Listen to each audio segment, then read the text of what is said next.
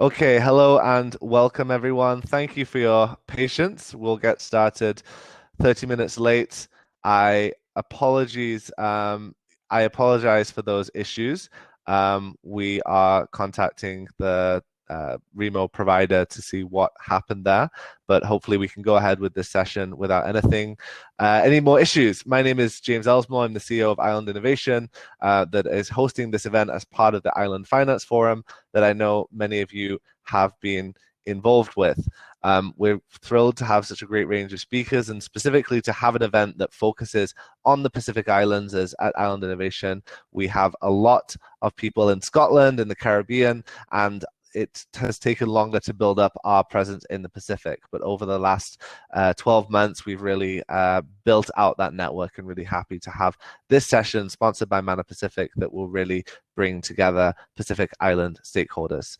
So with that, I'd like to invite John Miller to the stage to introduce Mana Pacific and go on to our next speakers. John, if you're there, 1 second. There we go. John, if you're there, if you'd like to come up onto the stage, over to you. Aloha, James. Thanks for the introduction, and thank you, everybody. Aloha, talofa, and bula for patiently waiting with us and being resilient while we try to build some resilient islands here. Real brief, we were going to have a video play, but I think with the time considerations, we'll keep it short.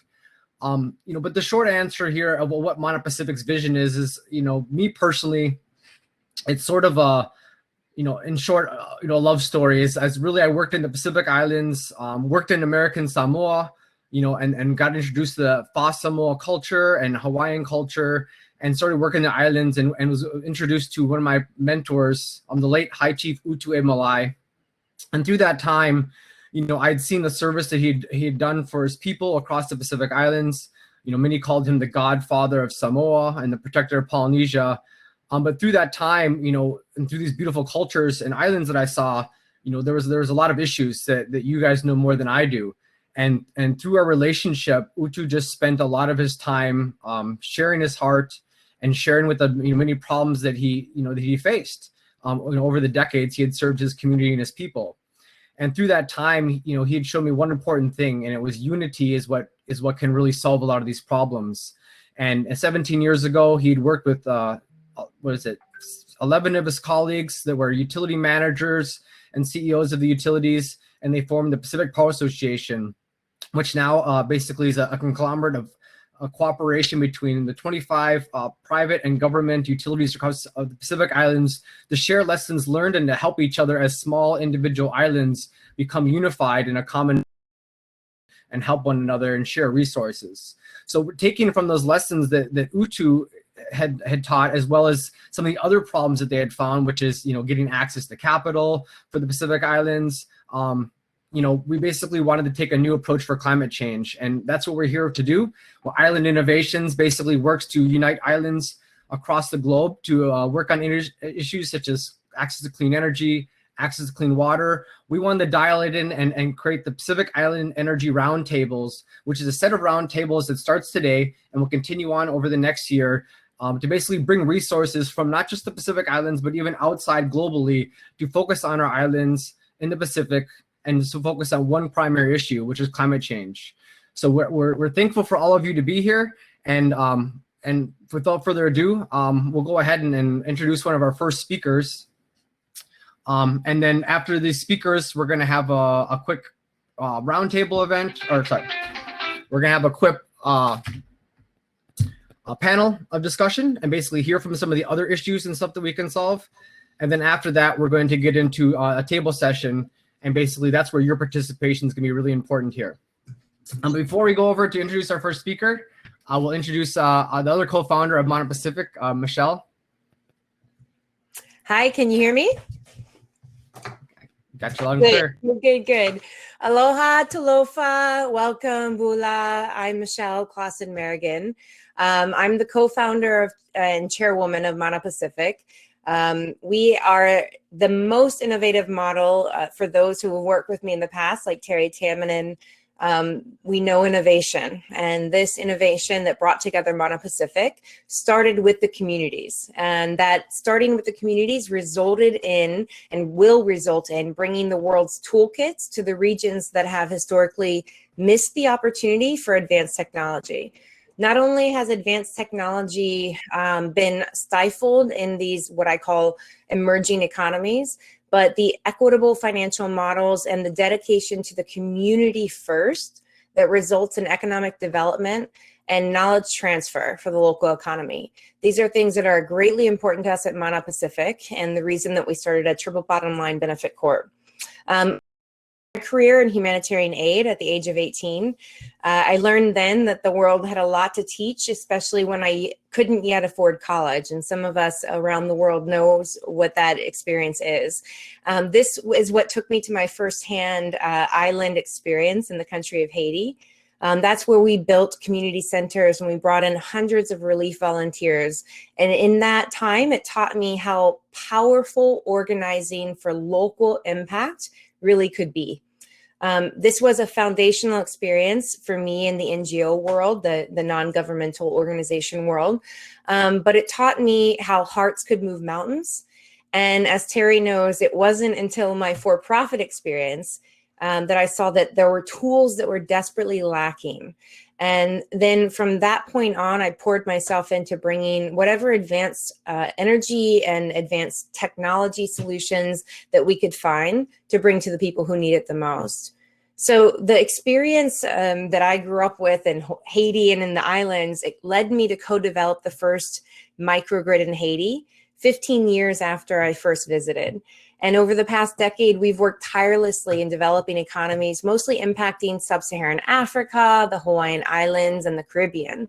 But much of this work included also dependable turnkey power systems. So we were also the US military's go-to for all things mobile hybrid power.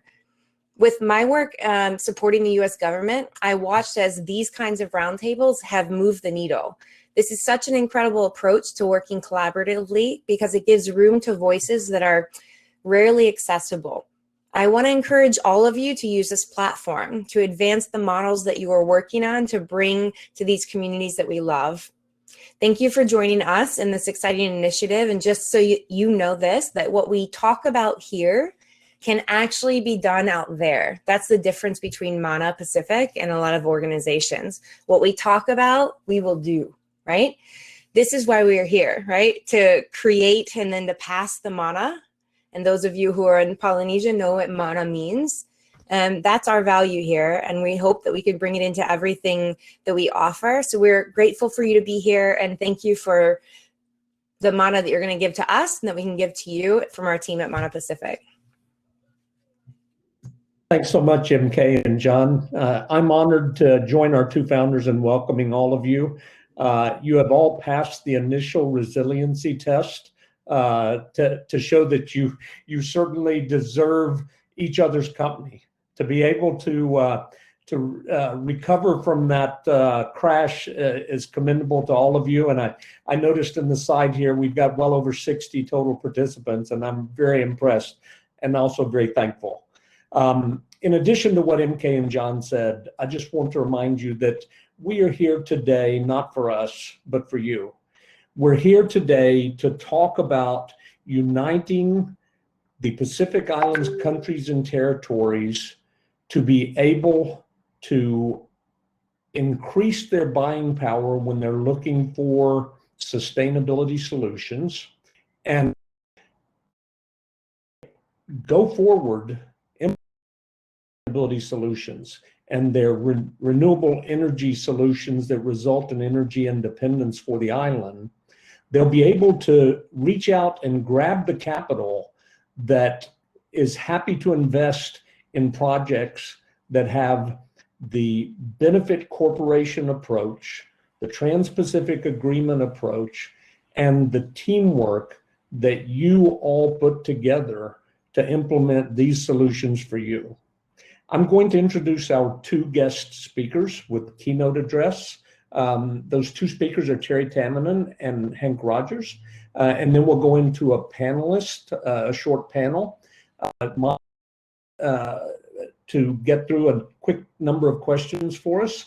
But before we go, I want to remind all of you that have not yet filled out your profile. I still see a lot of you have no pictures and maybe just a name. Please use click on the icon in the top right corner of your screen there while the speakers are speaking, and go ahead and fill out your icon. And in the chat box, feel free to put your link to your company or to your organization or to your LinkedIn. And so now that I see Terry is up on stage, I'll take just a moment to introduce Terry Tamminen. I really feel honored to have Terry on stage today. And I am almost not worthy to introduce Terry when I read his bio. Most recently, he's founded Seventh Generation Advisors and the Clean Energy Access Fund. As you can imagine, a Clean Energy Access Fund is directly applicable to the kinds of projects that we'll be looking to do in the Pacific. Policy advisor to Governor Arnold Schwarzenegger in California. And he was the CEO of the Leonardo DiCaprio Foundation.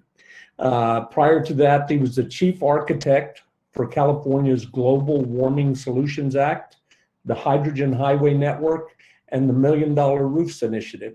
Terry, your books, your background, your recognition really needs no introduction, but there it is. And again, welcome, Terry. Well, thank you so much. And I think we have a very wanted to show just to kind of set up my remarks. Is that still possible? Yep, James, you want to start that video?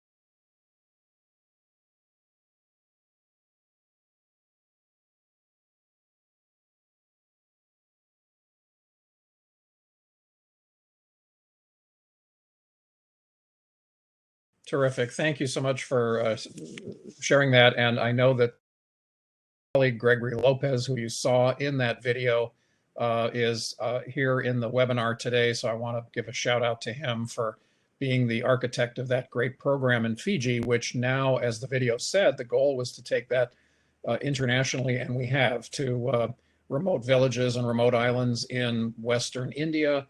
We're now taking that model to Ethiopia, where we're helping to replace diesel water pumps with solar. And even here in the United States, we've found ways to harness that model, where you start with some philanthropy or perhaps a development bank that provides funding, and it becomes this revolving model as Gregory described. I do want to mention two other quick things in the time allotted to me here. I also want to thank Monopacific for their great work, because I know that today we're going to be talking about some of the barriers to financing projects like this around the world, and particularly in the Pacific. And one of them is the difficulty of accessing local knowledge, maybe perhaps overcoming language barriers, cultural barriers, and certainly distances, time and travel. And now, of course, in COVID in the past year, that becomes even more critical.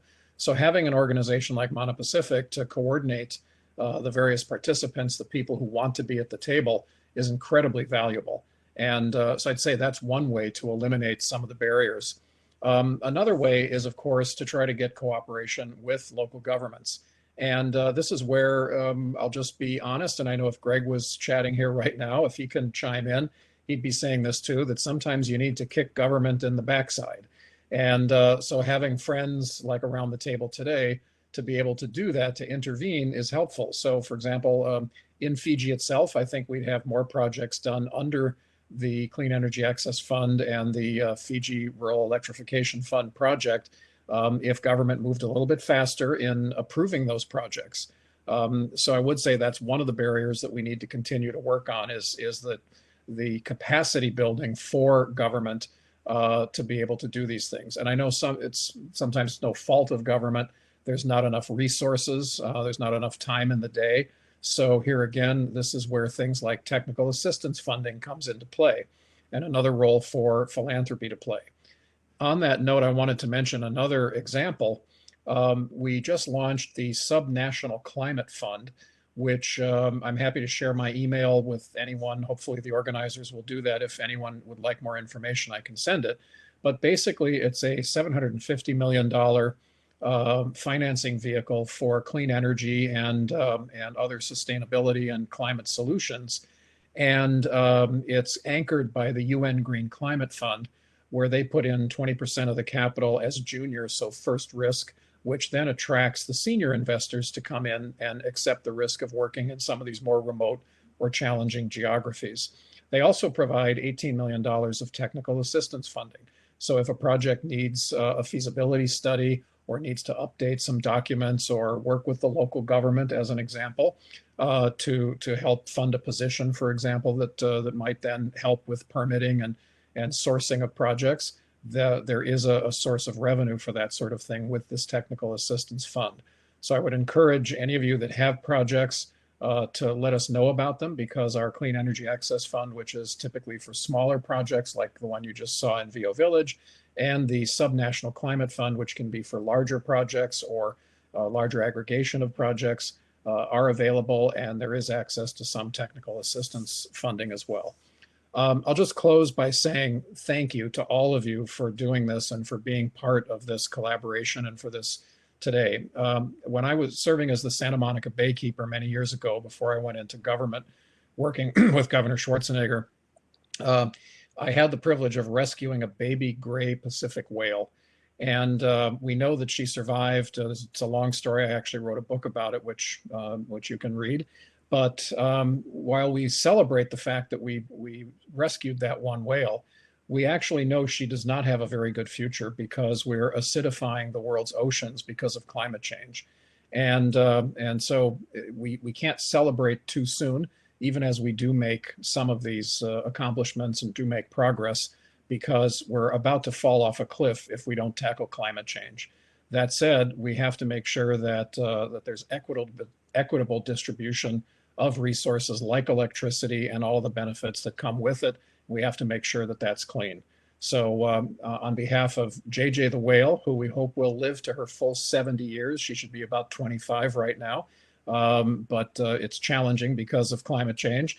And on behalf of a grateful planet, thank you to all of you for what you're doing. And I look forward to helping, and I know my colleague Greg Lopez does too. Terry, really honored to have you and Seventh Generation joining us today. And I'm sure there'll be a lot of people asking questions. They're already showing up in the remarks about how do they access the Clean Energy Access Fund. So for those that are registering your questions in the Q&A session, some of them will be answered in our panel group. Some of them may be answered before we break out into the tables, but rest assured that we are registering them to try to make sure that we address them sometime over the next hour. And if we don't get to them before the end of the presentation, then I will talk about them at the end, register what the questions are, and we'll get back to the individuals. Like I saw the question on what are we using for storage? That's a great question. There's so many different approaches that are coming to market now that didn't even exist several years ago. So thanks again, Terry. If you'd like, you can go ahead and turn off your camera, and James will be pulling Hank Rogers up on stage. Hank is our next keynote speaker. For those that have not yet met him, most of the people in the Pacific have either met him or certainly have heard of him and his reputation. Hank Rogers is the president of the Blue Planet Alliance and the Blue Planet Energy Systems Group. He's the founder and chairman of the Blue Planet Foundation, and he's chairman of the Pacific International Space Center for Exploration Systems, and of course, the founder of Blue Planet Software. And anyone who has ever played the Tetris game or has ever even heard of the Tetris game has got to be familiar with the Blue Planet software.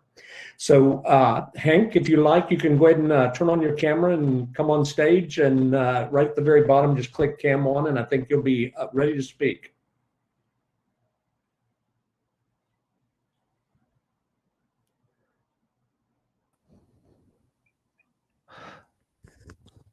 Hi, Joe. I've just been messaging Hank and I didn't get a response. So maybe we can just check in if he's having an issue. Hank, maybe you can just send us a message in the chat.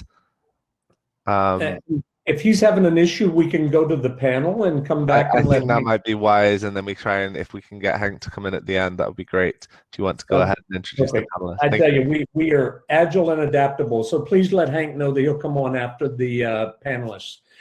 So we'll move right into our panel. We worked real hard to find representatives from the community that we're trying to serve. As you can tell, we're here in Hawaii. This is about as close as many of us have gotten. John, one of our founders, MK, have been in many other places throughout the Pacific, but this is about the farthest west I've traveled up to now, and I'm looking forward to traveling the 7 million square miles that we're trying to target.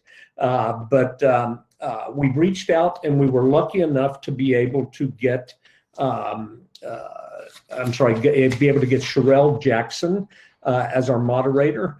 Cherelle is, she's actually from Samoa, and she's the editor of the Pacific Environmental Weekly. So at this time, I'm presuming that Cherelle is ready to come up on stage. And James, if you can go ahead and pull her up and begin to pull up the panelists, we'll go from there. Thank you very much, Cherelle. Thank you, Joe. Talufalava, Bulavinaka, and Halo Olaketa. I have the privilege of introducing our distinguished panelists for today. First, I'd like to introduce Ambassador Solo Mara. He is the Secretary General of the Pacific Islands Development Forum. Mara is a distinguished diplomat for the government of Fiji, having served as ambassador to the United States of America and served in missions in Brussels, Denmark, Israel, and Holy See for his government. Greetings, Ambassador. Hola.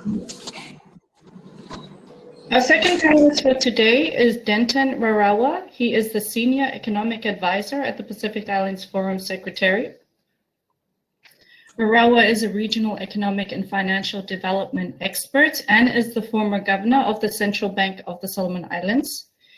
He has 3 decades of high-level policy and leadership roles in the economic sector in his government. Greetings, Cherelle. I think.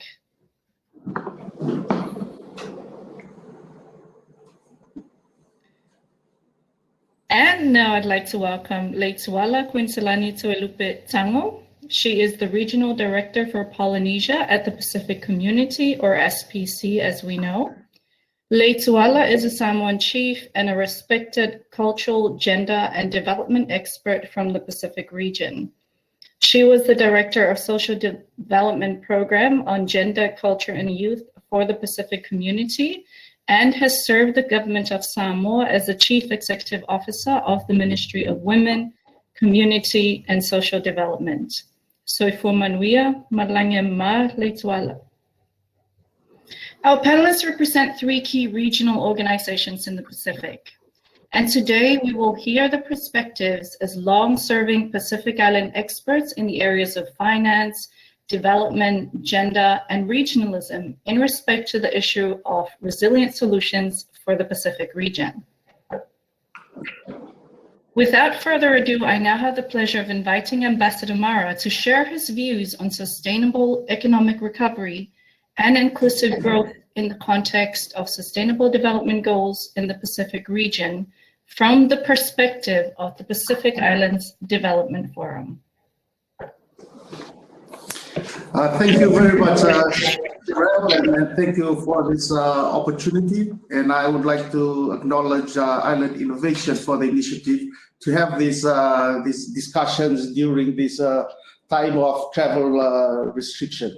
As already been explained, I represent the Pacific Island Development Forum, which is a multi-stakeholder platform aimed at progressing the transition of our member states to a sustainable blue-green economy.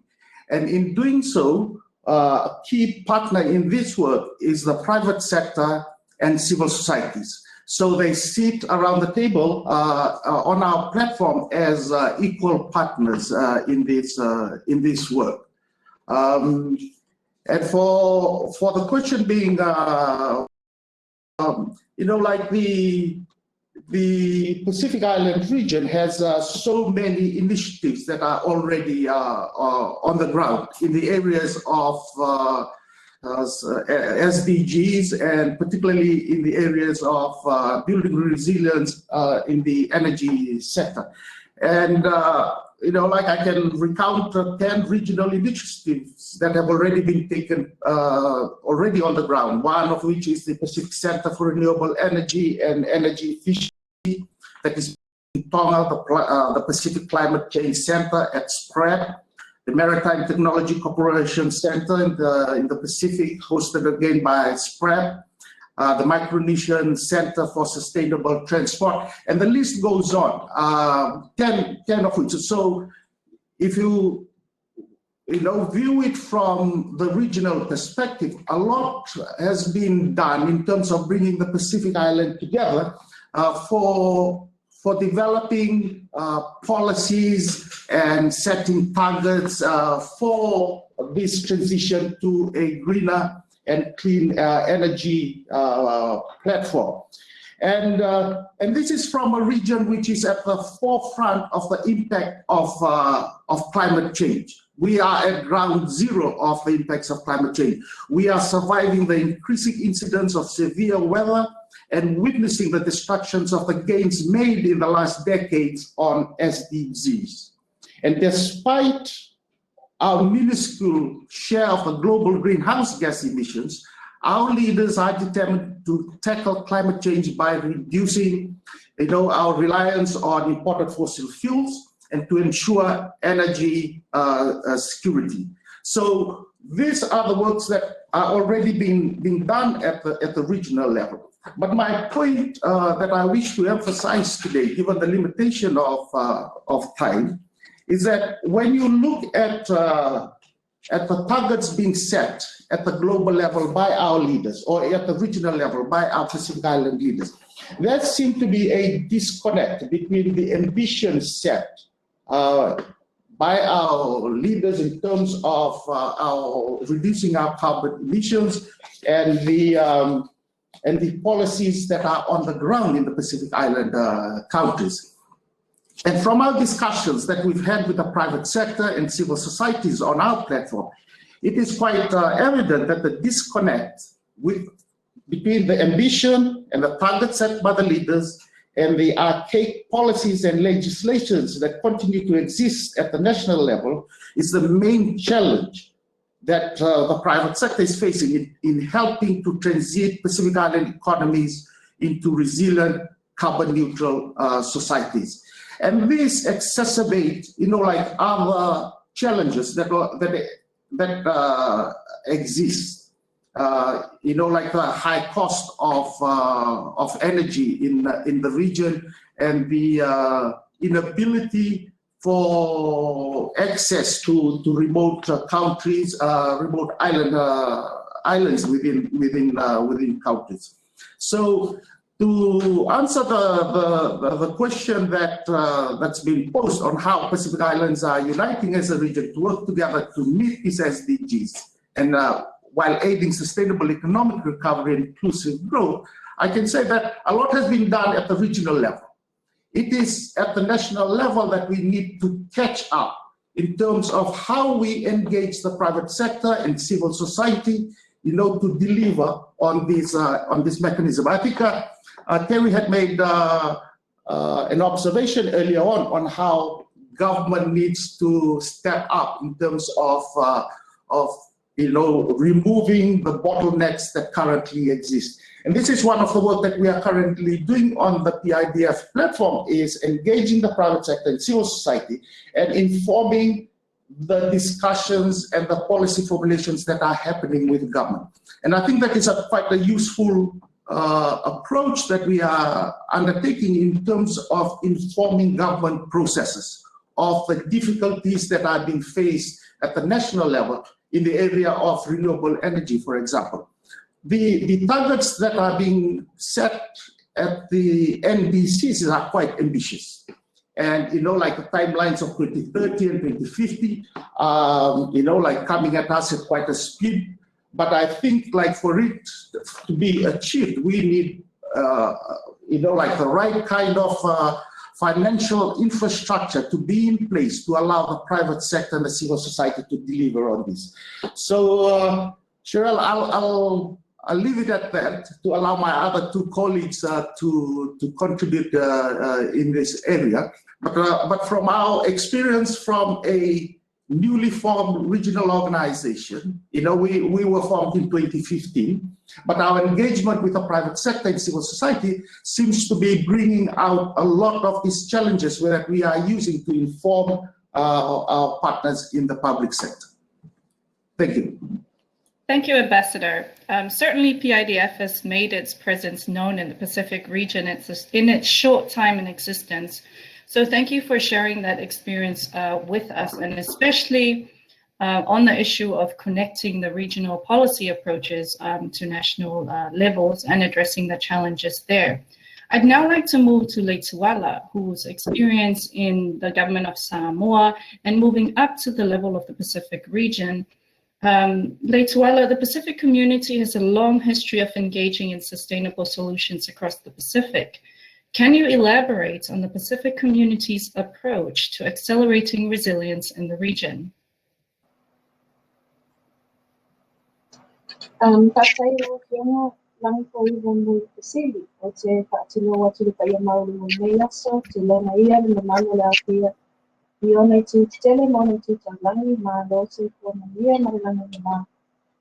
Excellencies, distinguished panelists, ladies and gentlemen, good morning, good afternoon, and good evening to you all, wherever in our global village you're tuning in from. All protocols observed, I extend to you all warm greetings from the Pacific community. Let me begin by joining Ambassador in acknowledging the organizers of the Island Finance Forum at Island Innovation, and the sponsors for this event, Mana Pacific, the Chief Executive Officer, Mr. Joe Reed, and your colleagues for making this event possible, and further to the invitation to be part of this conversation. Secondly, our organization, the Pacific Community, is indeed the longest serving member of the Council of Regional Organizations in the Pacific, or COP, established through the Canberra Agreement 74 years ago, and it is the principal scientific organization of the Pacific, with a mandate spanning across over 20 sectors, including energy, gender, human rights and social development, climate change, health, fisheries, and so forth. It's a membership-based intergovernmental organization which includes all of our 22 island countries and territories and 4 of our metropolitan and founding members. And our organization is the lead COP entity on energy in the region. Now, on the question relating to the Pacific Community approach to accelerate resilience in the Pacific, this comes down to a number of things. First and foremost, as a membership-based organization, engagement with our members is key to our work, and our primary responsibility is to listen to our members, to engage their views on their needs and priorities, and to ensure that our services and programs are indeed responding to their needs and priorities. Therefore, ensuring that our work at the regional level is responding to national priorities, but also ensuring that national priorities are informing how we're driving the development and the design of programs and services from a regional perspective. Now, how do we do this? Our convening mandate as an organization allows us to convene and host a number of regional policy platforms ranging from ministerials to heads of sectors and senior officials meetings across a range of sectors in energy and health, in fisheries, gender, culture, maritime, and the list continues. And so we therefore have a solid network on the ground, including our presence through our regional offices in Micronesia, in Melanesia, and now working towards establishing our presence in Polynesia, where the sharing of knowledge and intelligence to and from helps inform and shape our programs and services. Now, related to that is the importance of grounding the work that we do in our Pacific cultural values and context, so that as we work with our members, the framing of our interventions and responses, and therefore sustainable solutions, are not only context relevant, but that we promote approaches that resonate with our people, and we develop and use models that make sense to those whom we serve, our government counterparts, senior government officials, civil society organizations, and communities. And this, ladies and gentlemen, is also our value proposition, and it's what makes our services unique, that we're not just a scientific and technical organization, but one which also embeds specific ways of knowing and specific ways of being across our work. The last thing that I want to say about sustainable solutions is tracking progress and monitoring results. The work of SPC has a focus on the generation of data and knowledge through the work of our Statistics for Development Division, and now the recently launched Pacific Data Hub, which therefore ensures evidence-based interventions and advice to governments. And further to that, it also helps us track progress and determine trends on sustainable development, which helps us with our advocacy and efforts to mobilize resources to deliver for Pacific communities.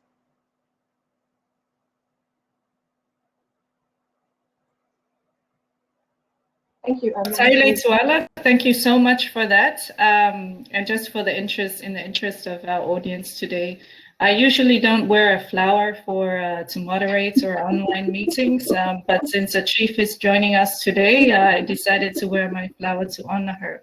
Thank you for sharing the work of the Pacific Community, or SPC. Certainly, as you've said, it has touched on many areas of development in the Pacific and is very active locally and in national policy and driving all manner of social and cultural and also environmental resilience in the Pacific region. Let me now come Ambassador. Can you expand on some of the approaches that PIDF has taken to accelerate resilience and energy independence in the region?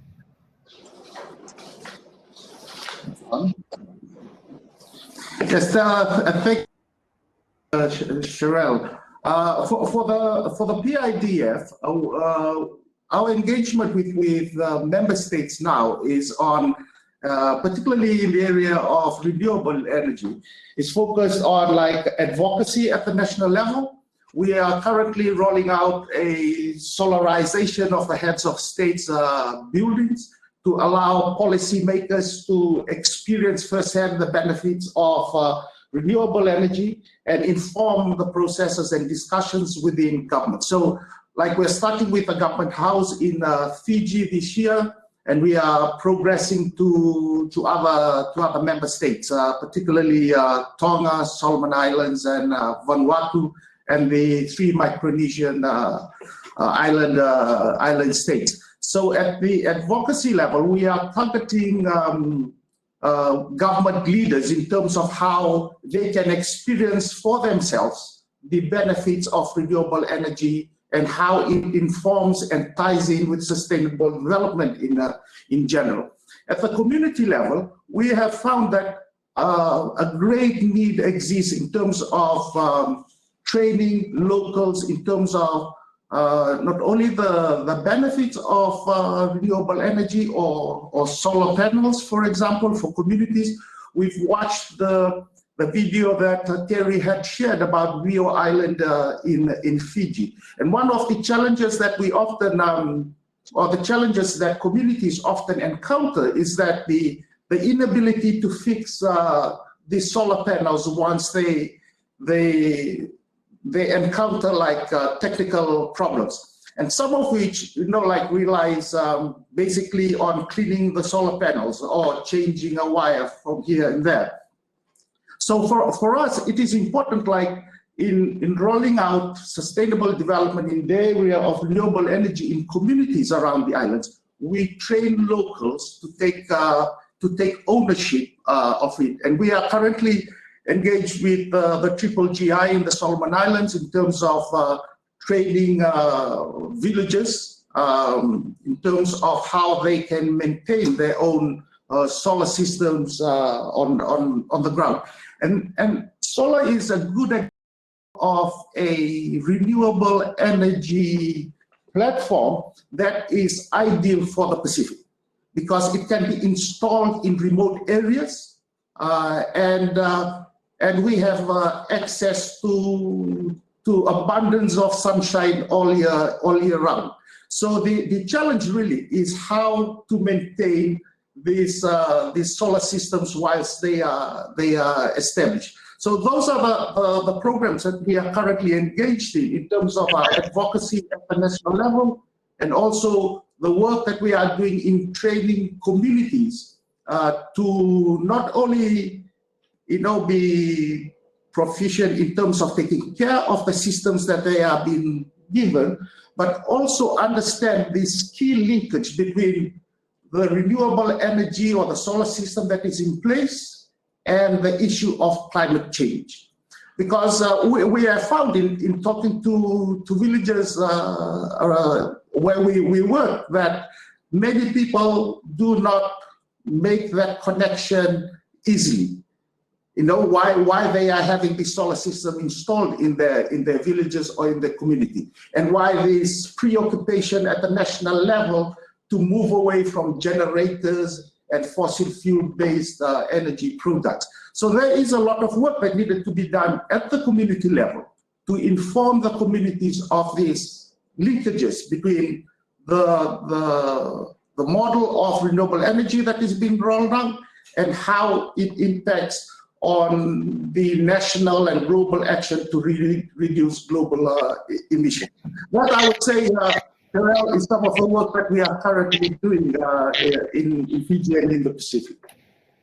Thank you, Ambassador. Certainly it sounds that you've taken into account the challenges that we do face when we're trying to implement sustainable solutions at the village level and community level. I appreciate your point on training local experts, or rather training locals to take over the sustainability aspects of projects. Certainly there's a lot of case studies and literature on how many amazing projects have failed in the Pacific region because they fail to take into account that aspect that it does need to be driven by locals and sustained by them in order for it to be maintained. So I'll now move on to Lagipoiva for one more question. Unfortunately, Denton is unable to join us today. I'm sure that the Pacific Islands Forum is very busy and has many things on their plate, so we can always refer to him at a later stage if he is available. So I'll ask one more question to Lagipoiva, and then we will ask a question from the Q&A, and then we'll wrap up our session. So Lagipoiva, from your perspective as a gender and cultural policymaker, how can we in the Pacific region take into account the social and community aspects of achieving sustainable solutions and energy independence in our region? Thank you, Lagipoiva. How can we take into account the social and community aspects in achieving sustainable solutions and energy independence in the Pacific region? Our experience as an organization shows that for us to take into account social and community aspects in achieving solutions and energy independence, this again comes down to our engagement with our Pacific states. This engagement helps us understand their goals and aspirations from their lenses and from the perspective of what is important to them from a social, community, and cultural dimension. In taking that further, we also need to ensure that internally as an organization, we then have the human resources and financial resources to help us advance those perspectives. And so for SPC, the promotion of people-centered approaches, which frames the practical application of gender mainstreaming, for example, and embedding a cultural perspective across all of our work, including in energy, is one such way in which we are ensuring that this happens. This also means that having a policy and strategy in place is not enough. We need to ensure financial and human resources. We need to ensure the generation of data and knowledge is there to inform our intervention. And it also requires a robust strategy for integrating these areas of work across all of the sectors managed by SPC. Now, our Human Rights and Social Development Division, which is a merger of what was previously the RRRT, or the Regional Rights Resource Team, and the Social Development Program, is leading these pieces of work and is the key resource within our organization that promotes the integration of the social and community dimensions across all of our sectors. Additionally, we also have several regional policy frameworks which focuses on ensuring that these issues are addressed at all levels, not only providing platforms and mechanisms for policy engagements and policy dialogue, but also provides mechanisms for monitoring our progress on the ground as a region. I guess in summary, it's not enough for us to just have a policy or strategy in place, but in order for us to realize these things and to be able to integrate these areas into the work that we do, we also need resources. We need adequate systems and data support to advance our efforts in integrating the social and community elements of societies into our sustainable development work. Thank you, Madam Moderator. Lagipoiva, I certainly agree and would like to reflect on the integration of community and highlighting the value of people within the work that that the Pacific community does. And I think this ties directly also to the point made by Ambassador on the value of that grassroots approach. Both the IDF and the Pacific community have demonstrated in our panel today that you do value the inclusion of our communities, of people on the ground, and also consult quite widely with civil societies. This is a sector that tends to be neglected by governments across the Pacific region at the national level, and therefore it is encouraging to see that there are active steps made by our regional organizations to ensure the inclusion of civil societies and their views in development.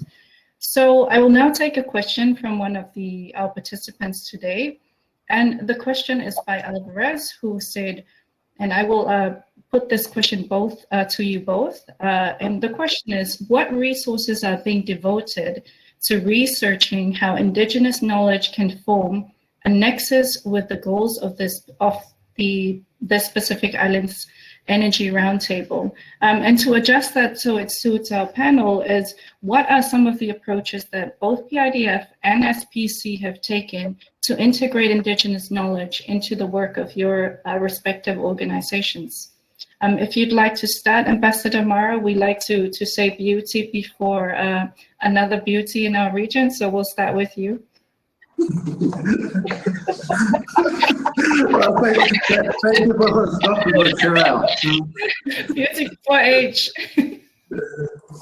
Yes, you know, like the inclusion of traditional knowledge into, you know, like into current sustainable development practices and programs is quite critical in terms of the sustainability of any, you know, programs, development programs that is rolled out within communities. For the PIDF, part of our, you know, required processes in terms of rolling out a program is the interaction with the communities. Our programs is informed by the discussions we have with communities. What are their needs? And then we inform our project proposals in that manner, and it is developed in consultation with our community stakeholders. We do this often by convening Talanoa sessions with key stakeholders. Recently, we conducted a Talanoa session with the youths of Fiji to see how they can participate in the SHORES program that we are rolling out in Fiji. It is quite important when we are engaging with the youths that we stress to them that they will need to be part of the solutions going forward. You know, like they cannot wait for this generation to complete its work. They need to be engaged at this stage so they can also take ownership of the process going forward. So we target, you know, like segments of the community that are often not included in terms of national consultation, the youths, rural dwellers, women, and it is quite important for us to leave the urban centers in addressing this issue and go out into the rural setting and sitting with communities and having a discussion on this. So for us, it's quite critical and important to engage local communities so that the local knowledge is also inculcated into the programs that we roll out. Thank you. Thank you, Ambassador. I appreciate you sharing your perspective on Indigenous knowledge. I urge both Henk and Joe to bear with us as we wrap up our session. But first of all, greetings, Henk. What an absolute privilege to see you on camera and not on a boat sailing in the South Seas. I'll bring our final contribution from Leituala. If you can just briefly share with us some of the Indigenous knowledge approaches that have been taken by the Pacific community. If you can briefly do this, and then we will wrap up and move over to the next session. Faftaila. Madam Moderator. I want to start by saying that we, as a technical and scientific organization in the Pacific, we are increasingly seeing the importance of bridging the gap or combining Indigenous knowledge or Indigenous science with our modern science.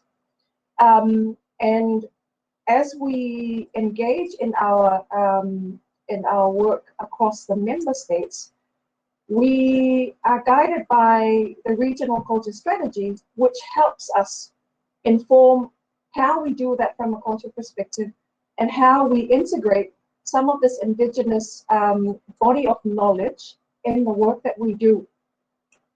The new Pacific Regional Culture Strategy sees a, I guess, renewed focus on really honing in on Pacific ways of knowing and Pacific ways of being. And we'd like to think that through this strategy and through this mechanism, we can begin to mobilize support and thinking in the region to do a lot more of that, where we're really capitalizing on our Indigenous knowledge to help guide how we develop and frame solutions for sustainable developments, and where we're also looking at, I guess, profiling and elevating the value of our own Indigenous body of language to help us find solutions from it within and look at where we can utilize our own assets to achieve our aspirations and our goals as a region. And maybe I'll stop there. Thank you. Tuala, you certainly have a lot of passion for this particular topic, and having worked with you in the past, I do know that you have a track record on it. And so it is fitting that we end our session on this very important issue of Indigenous knowledge. And as an Indigenous daughter of the Pacific, I do acknowledge and thank Tuala for your time, and Ambassador Mara. I know that you have very important things to attend to, and you are leading organizations that are making a great difference to the lives of Pacific Islanders. And so therefore your time is very important, and we do take note of this. I do hope that the seas remain calm for all of us as we journey to the rest of 2021. To our team at Pacific Mana and Islanders Innovation, I thank you very much for the opportunity for this daughter of Samoa to be a moderator on your session today, and for the opportunity to once again don my red say and to see Hank once again. So again, Ambassador Mara, Leituala, Title Lover, thank you very much. So thank you very much to our moderator and panelists. Really do appreciate your participation and your patience. Thank you so much. And face on screen right now, I understand that you've got a video that's somewhat queued up for us. I've already spoken with the group about your background a little bit, so I won't be repetitive. But we did mention Blue Planet Alliance and Blue Planet Energy Systems, as well as the involvement with the Pacific International Space Center. So Hank, you're currently on mute, so you'll have to turn your microphone on. And then I think we can go ahead with Hank. You wanted to start with your video, I believe, Hank. Sure, right? we can start with the video. Can you hear me? Yes, perfect. Thank you, Hank. Excellent.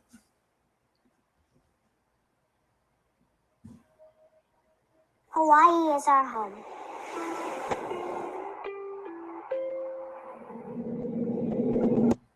But our home is changing. Breaking news on Kauai tonight. Devastating flooding, widespread damage.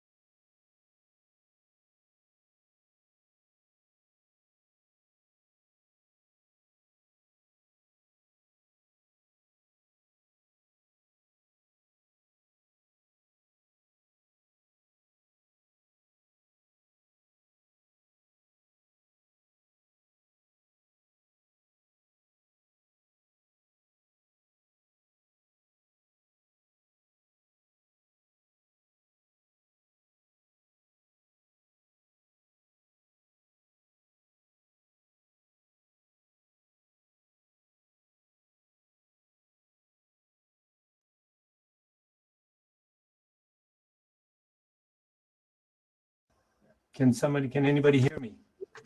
Yeah, so the video's over and you're on the mic. Please go ahead. You can hear me? Yes, great. Okay, good. Did that the sound stop? No, the video stopped. Partway, okay, you heard the whole sound, okay. Yes, thank you. Okay, good. So historically, when I first started the foundation, it was after a heart attack, and I changed. Basically, I found my missions in life, and I founded a Blue Planet Foundation working to end the use of carbon-based fuel. And when I got started, everybody was saying that we were magical thinking, is what they called us. I remember being in a panel with a bunch of experts, and the guy next, I said, we want to end the use of carbon-based fuel in Hawaii by 2045. The guy next to me said, "Oh, that's impossible. I'm an expert in this field." And I turned to him, and he was from the University of Hawaii, and I said, "Well, I'm not as smart as this guy, so I'm going to do it anyway."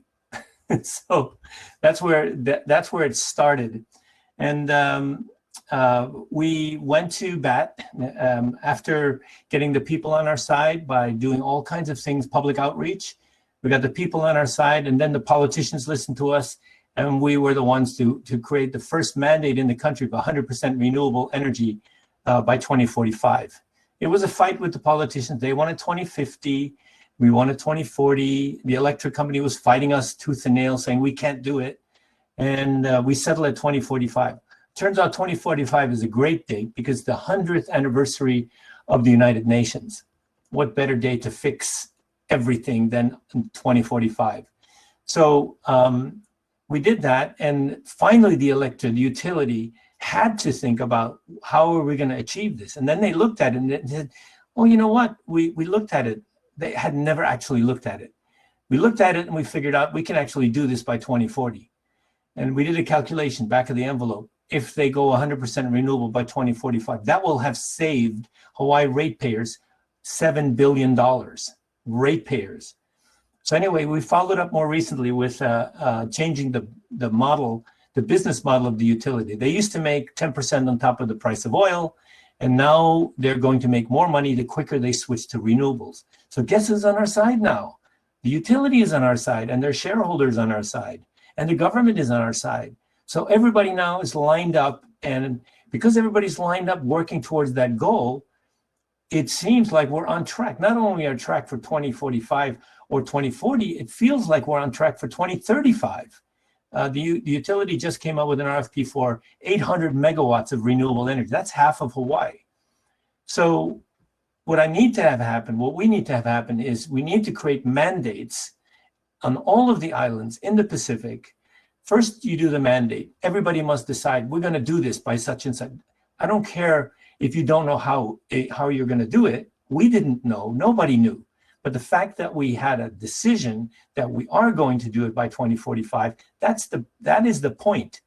And once you figured out that you're going to do that, then everybody involved can start to think about how are we going to do this and how are we going to make more money while we're doing this? Because, by the way, renewable energy is much cheaper than oil or fossil fuel. So the cost of fossil fuel energy in Hawaii is 22 to the utility is 22 cents per kilowatt hour.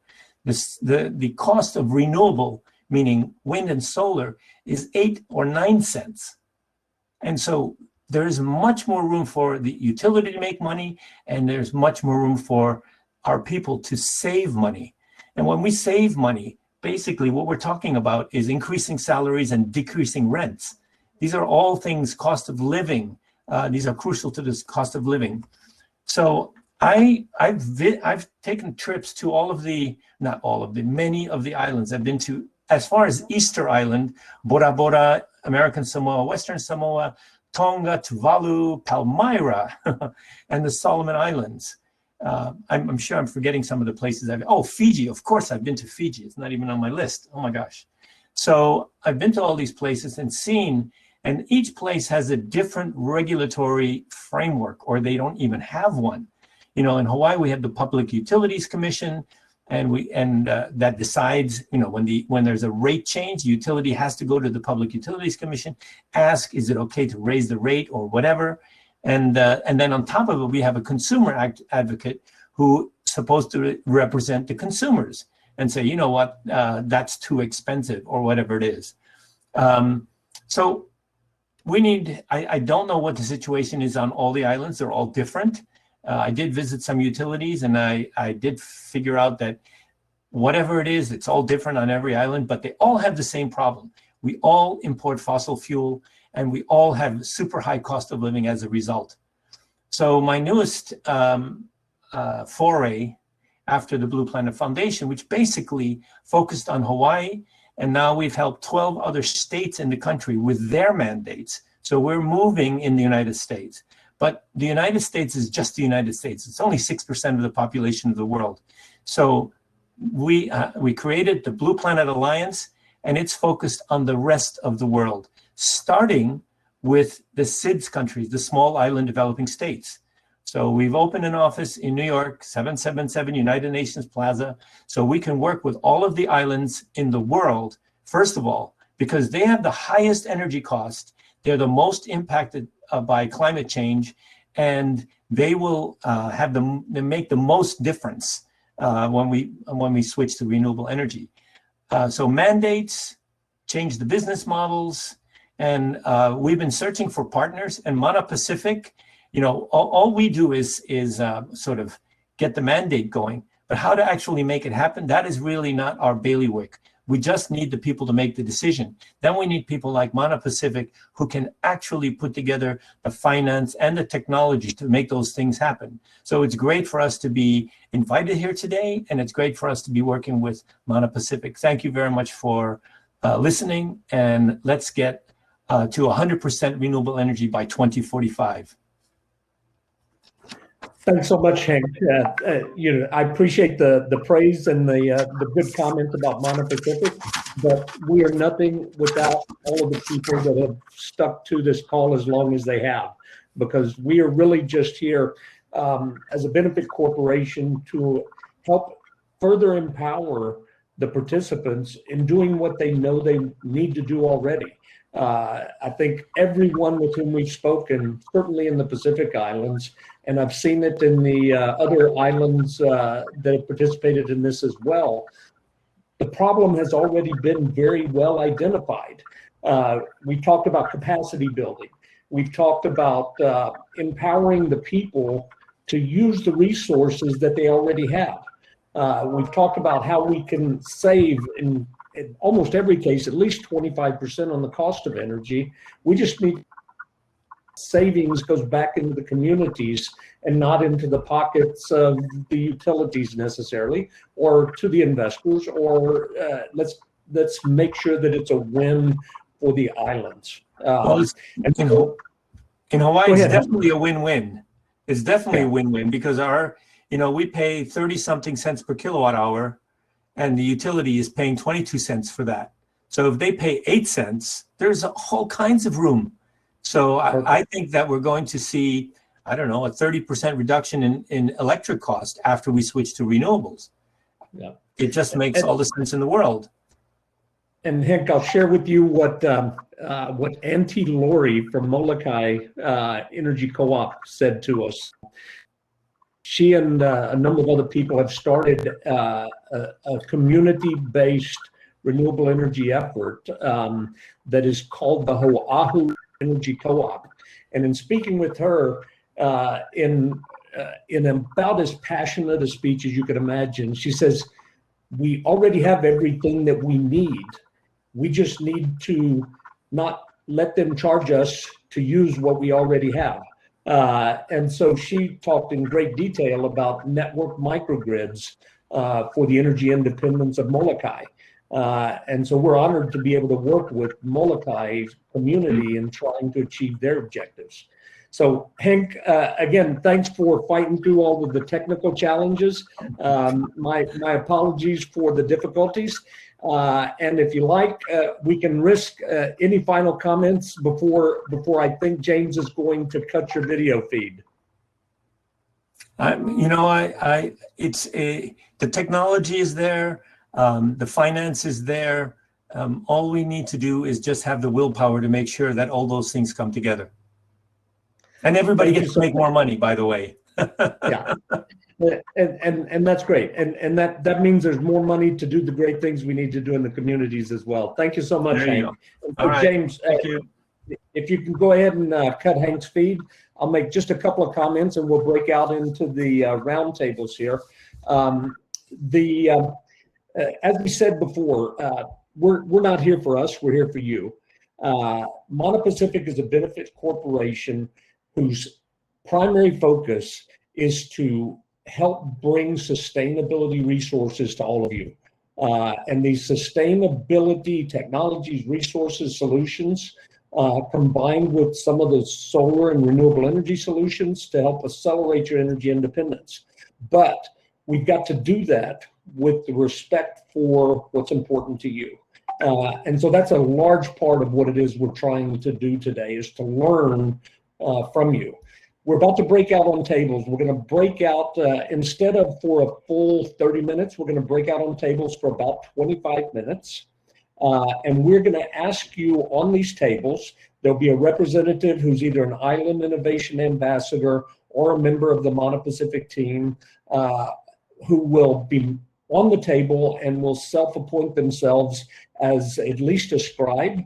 And then we'll ask each table to come up to some sort of a solution that addresses what is the best next step to implement. What can we start doing now? I'd like to say that, hey, we made a lot of progress getting to here, but this is really the first step on what a beautiful journey that you guys have described for us to try to make a difference here. Over the last month, we had a lot of focus groups that led up to today. And now what we're asking you to nominate for us on these tables is solutions to implement, things you really want to see done. And then somebody on each table will put that in a little chat box back to us. We will allow you all to vote on them. And you'll be seeing instructions on how to vote as we go through. And then at the very end, the last 15 minutes, last 10 to 15 minutes, we'll bring you up on stage to talk about what we're going to do for you. And so, love the announcement right in the middle. So that may mean we have a little bit more time, but again, I want to be mindful and respectful of the time that you've already spent. So we'll do a 25-minute breakout, and each table you go to, dig in and try to figure out what your table thinks we should do next for you. Thank you very much. And at this time, James, you can go ahead and break us out to the tables.